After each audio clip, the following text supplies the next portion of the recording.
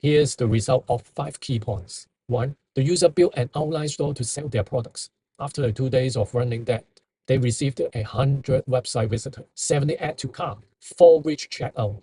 2. They selected a landing page as an optimal sales solution. Our product's value has been enhanced by the design style and presentation of these simple templates. 3. They finished the page structure in Notion or Google Docs, and they decided the landing page in a Gumroad, Koji, Payhips, Bitcoins.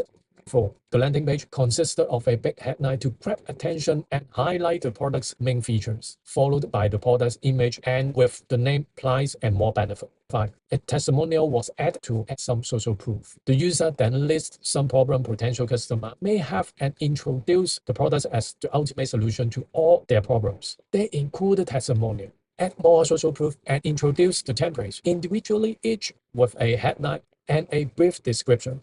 The FAQ section included info about the products, and at the bottom, there was a testimonial and the same section as at the top of the page.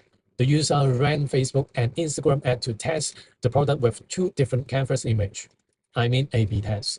They look at copy by the copying and paste text from the landing page, add space and emoji.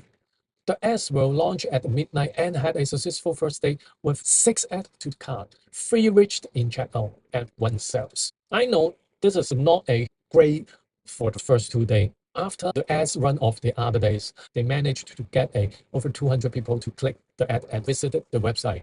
They did not make any profit in 2 days, which is normal with testing a product for the very first time. The user does not consider this challenge a fail, as the ad will not be able to collect more information, and the result will improve over time with some change to the website and added creative. They might be able to make the store profitable. The note that it is not common for a store to start making a profit in its first week of testing.